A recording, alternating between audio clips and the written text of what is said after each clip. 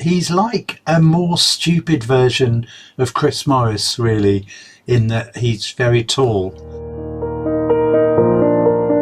Richard O'Sutherland. News. London Transport say they may have to close the underground system due to an infestation of horses. Loads of horses, at least 30 I'd say. As the train approaches, they start running away from the train. And what the drivers say they fear most of all is a head-on collision with a blind tube man. What's up, YouTube? Hi there. It's nearly Christmas, actually. It's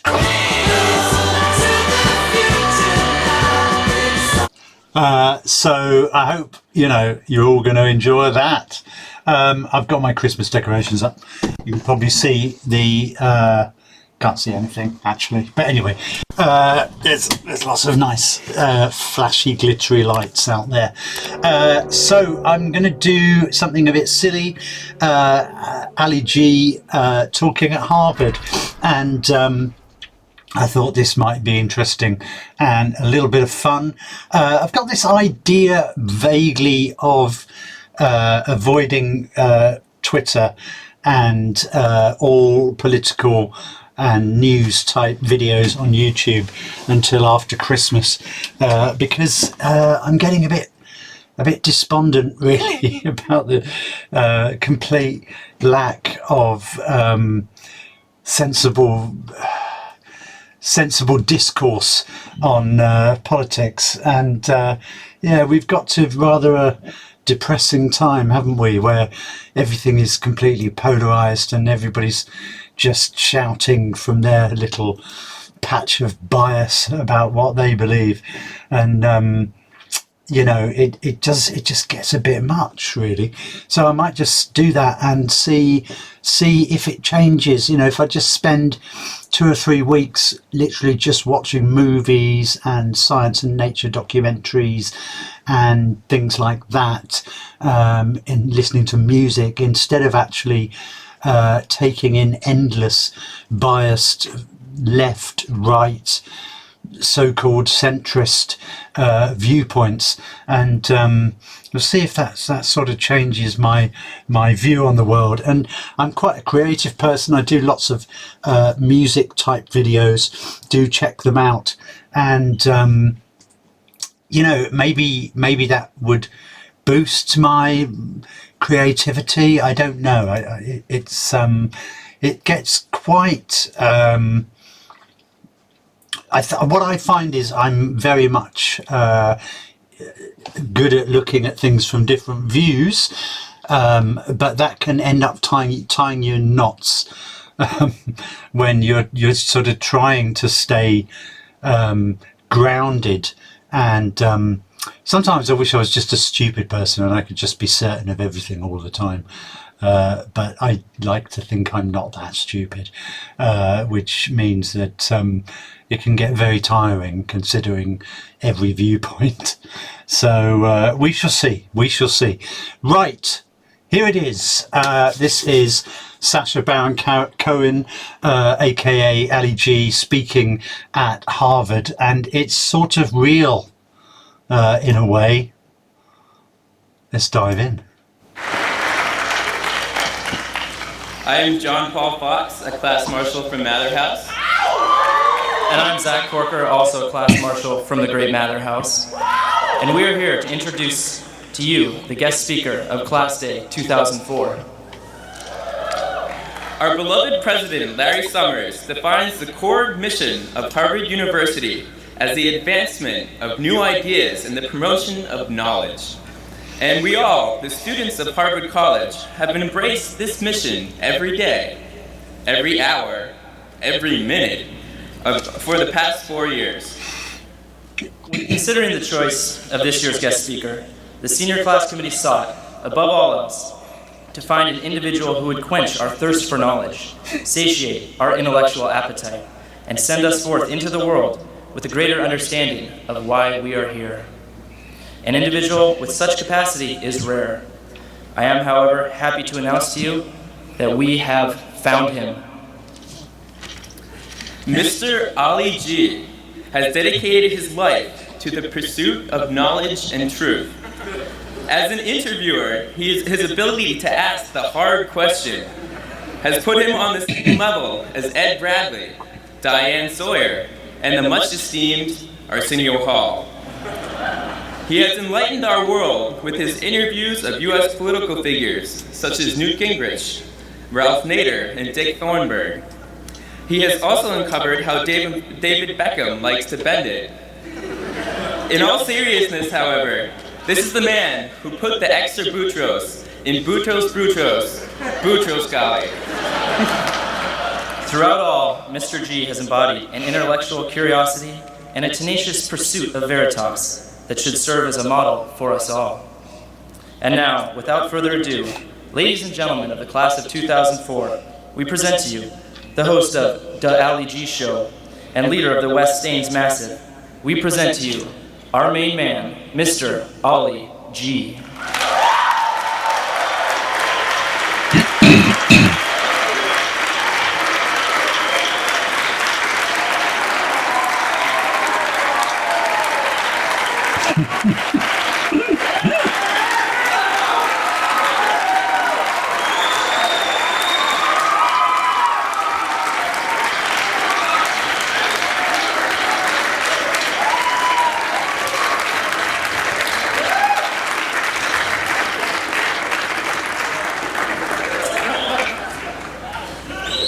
Is now.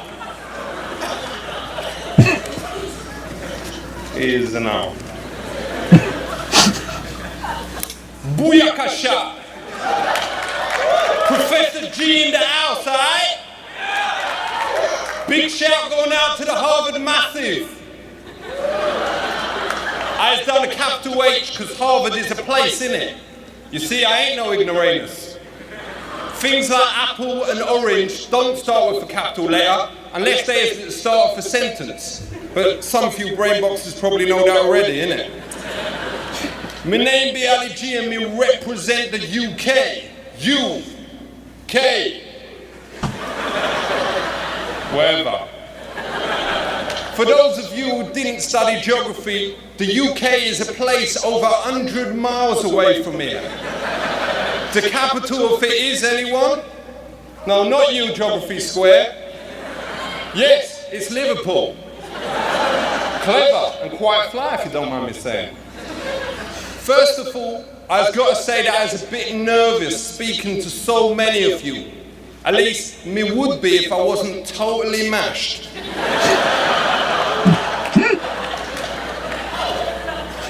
Normally, This guy doesn't look very happy, does he? Is the 12 people. Clever and quite fly, if you don't mind me saying.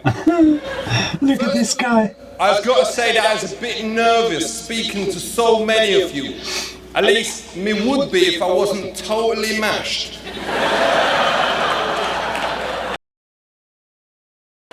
This black guy. Normally, the only public speaking that me does is to 12 people. And it's well easy, all me has to say is my name and the words not guilty. Check it. Me agreed to speak here today because me wanted to talk to the brightest minds of our generation, to see what makes Harvard so special, and also because they agreed to pay for me flight over here in a hotel room. Sorry to bring this up now, but when you is told that your hotel bill is being paid for, you naturally assume that that includes essential extras like breakfast and special interest pay-per-view movies, innit? Imagine my surprise when this morning I was given a bill for $164. Me was actually trying to save Harvard money by buying the 24-hour Slutfest packages at $19.99. I mean, I could have paid for individual films at $11.99 each, which would have cost you Young and Tight, Backdoor Burglar 2, Backdoor Burglar 3, Campus Confessions, Asian Fever, Shaving Buffet. Saw that twice. Cold Mountain, that was a mistake. Backdoor Burglar 4, about $490. I mean, come off it. Some of it was even research for this. I assure one of the cheerleaders in Ivy League amateurs was wearing a Harvard sweatshirt. In fact, hello, darling. Respect. I expect you need a cushion to sit down on, alright?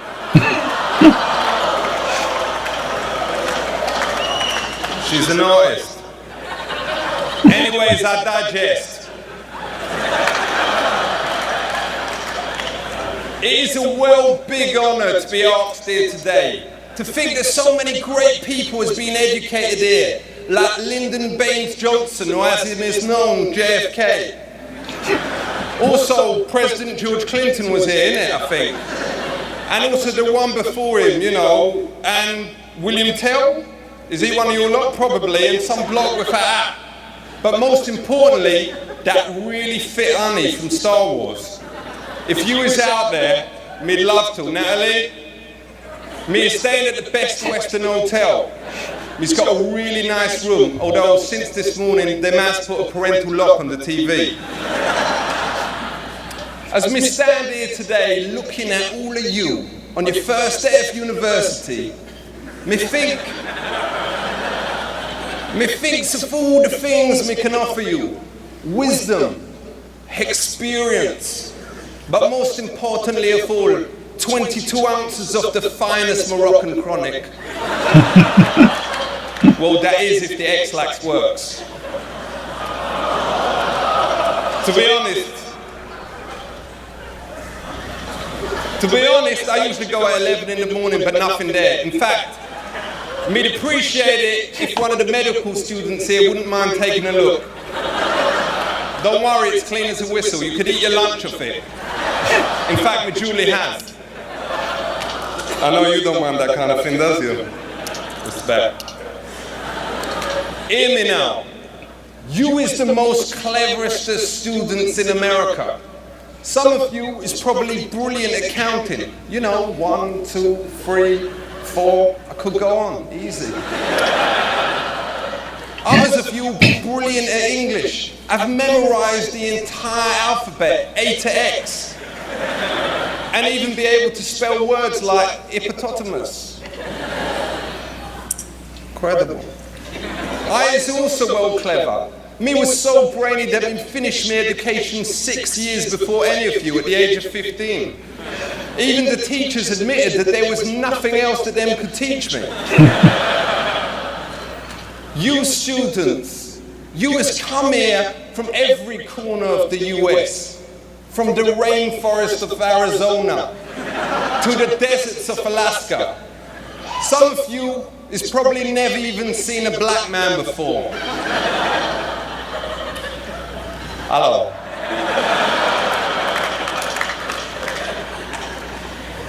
There is all types of people here, and it's fantastic to see that Harvard is finally letting so many women. A lot of you is probably feminists, or as we call them in England, lesers. I agree with you. Relationships should be brought into this, the 20th century. You women out there shouldn't have to do the cooking and the cleaning when you come home from work. You should do it before you leave in the morning, innit? Also, you women should only have to do half the housework. It's only fair that your mum should do the other half, innit? But more importantly, it's wicked that in Harvard, young women and men get to learn so many amazing subjects. Some of you here will have been studying medicine. That knowledge comes with a lot of responsibilities.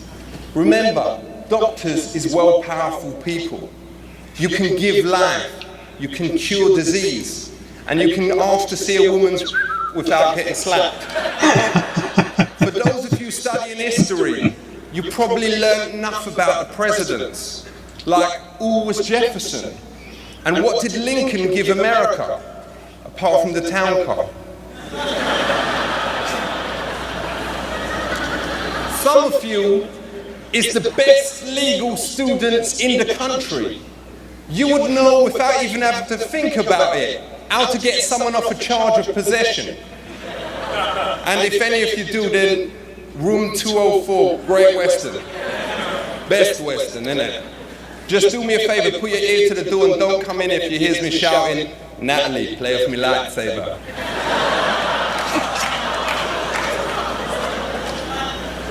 You're well happy you brought your grandparents, innit? Let's talk about the finances of all that knowledge that's been dropped on you the last few years. It costs $38,000 a year to go to Harvard. Now, I don't know how you lot has earned that, apart from you. And you has earned every penny. But most of you has got that cash from your parents. All you fathers out there, you has made some choices. With that money, you could have bought a top-of-the-range Lexus. But instead, you chose to invest in your kids' future. Is you mental? If you's got other kids, me hopes you don't make the same mistake again, innit? Does you realise how many honeys you can get for less? Hello, sweetness. My son's got a Harvard degree. What? Who cares? Or, hello, darling. Want to check out the DVD player in the back, alright? Oh, what's that? Ostrich leather. Oh. Not inappropriate, not inappropriate. It's too far. Too far. That was in the balance, that one. So students, give it up for your parents. Give it up for them. It's mainly interesting to see who's laughing and who isn't, isn't it? Respect them. All right, enough. All right, chill out. Let's talk about the future, your future. A lot of you is probably worried about employment. Unfortunately, most of you will end up getting jobs. Especially now you has got the burden of a degree. You is the elite. You'll be tomorrow's captains of industry. Sitting in front of me is probably the next Bill Gates, Donald Trump, and even Ronald McDonald. And even if you can't all be Ronald himself, most of you is probably McDonald's team leader material. By the way, if any of you ever gets to do business with Sir Ronald, a word of advice. Don't mention the size of his feet. Him is well sensitive about it. My mate Dave actually met him and him said that even though he may seem like he's always smiling, there's a sadness in their eyes. Because of them feet. All the money in the world, science still can't do nothing. Maybe that's something that some of you MIT nerds can think about, innit? You lot will become powerful people who can change the future. And you need to, because the world at the moment is totally upped. You know the word, I'm being told I ain't allowed to say it, you know, the rude word. You definitely know. With the whole team. Anyhow, you has got to think about the problems in the world, because you has got to sort them out, innit? Look at the environment. In 100 years' time, there won't be no more rainforests. The ice caps will have melted. Actually, that's in 100 years' time, so we ain't going to be around then, so don't worry about that one. But there's other things. Look at the state of family today. Girls is having sex at younger ages. There's an increase in absentee fathers, and more people is having affairs. But we shouldn't just concentrate on the good things.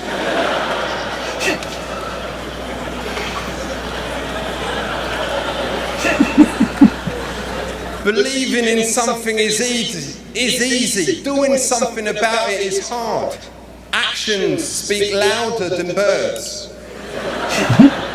You has all got great potential to become great Americans. And remember, America is the greatest country in the whole world. Apart from Jamaica. And Holland. Oh yeah, and Thailand, because you got all the girls, you know. And probably some others, but you was definitely in the top 20. You people is the future. You has the chance to change the world, to actually improve the lives of people. to change the life of the poor. Or you could go to Wall Street and earn millions, get plasma screen, chinchilla coal, a series of meaningless relationships with gold-digging women who'll do things in return for bling. Don't waste the opportunity that God has given you. I'll see you in Wall Street. Let's wrap this up now, because we can feel something moving down below. Really regretting taking your grandparents now. So what is I hoping to take away with me from this time in Harvard? New friends, different ways of thinking about the world, and as many laptops as my mate Dave has managed to nick from your dorms while you've been sitting here listening to me stalling. But I has got ideals too, just like the great civil rights leader, Martin Luther Vandross. I has got a dream of little black girls and little white girls playing with each other. Let's make it happen. By the way, Kofi Annan's speech is pretty much like this tomorrow. Emmy's going to have to come up with a whole new material. I look out and I see thousands of people with different hopes. But it's important never to forget where you come from. Because black, white, brown or Pakistani, we all comes from the same place, the Punani. God bless. Big up yourself, Princeton. Keep it real. West Side. You did well.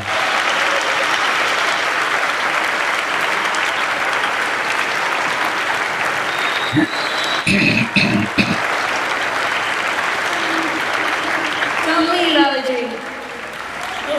Allergy? Okay. All right, well, while we're here, it's my pleasure. He left. I guess I said it all. You didn't really have anything else to say. Exactly. Well, it's my pleasure to introduce Benita Liao from Cabot House, Marshall from Cabot House. It's my pleasure to announce Katie Zakarian, class marshal from Dunster House. Much love to the girls from that spot. Not sure if he's going to come back. We have a little present for Allie J. We have a senior class, but we need to wait for him to come back to accept it. So, I wonder if he's coming back right now, or if he's not.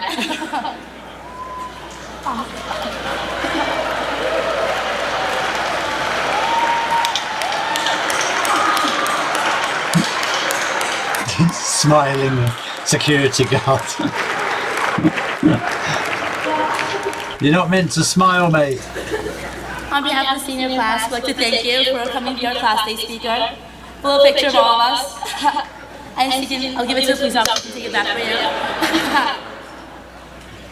And I guess this is very appropriate now. Yes. To initiate you into the class of 2004, we would like you to join us as we toast you with our first class marshal, Sacha. Yes. And I. So. That's beginning to hurt now. Police brutality. Well, right, well, here's yours. All right, thanks. Well, here's to our G, class of 04. All right, Down man. one. We'll sort you out with some stuff later on, yo. Respect. I guess he got de-arrested.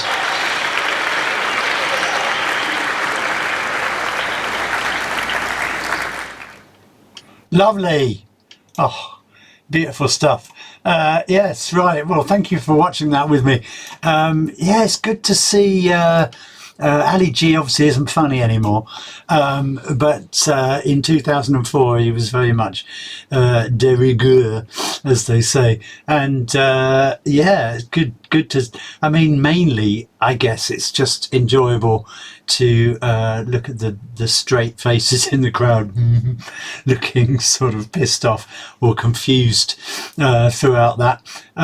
He's got a lot of guts. He's like a more stupid version of Chris Morris, really, in that he's very tall and is able to put himself in quite dangerous situations, talking to members of the public and pretending to be something he's not. Obviously, he's Jewish and he pretends to be black, which used to be quite edgy, but it's not really anymore. I mean, I've sort of gone off The Brothers Grimsby is a terrible film, not really funny at all. I haven't seen The Dictator, but I think I watched half of it and sort of gave up. Not that great, but to watch him shocking some Americans and the higher echelons of American society at that. It was actually quite gratifying to see that the vast majority of them, including the faculty, as they say in the US, were actually laughing, and that sort of restores my faith in humanity. So thanks for watching. Do like, subscribe, hit the notifications button. As I say, I'm taking a bit of a break from certain types of social media because it's just ground me down a bit, really. And the fact that the YouTube algorithm keeps chucking the same stuff you've been watching at you over and over again is a bit like being a goose being force fed so they can get some foie gras out of you. And you know, I mean, I like foie gras, but I just wish people wouldn't ram it down your throat. Don't nobody go nowhere.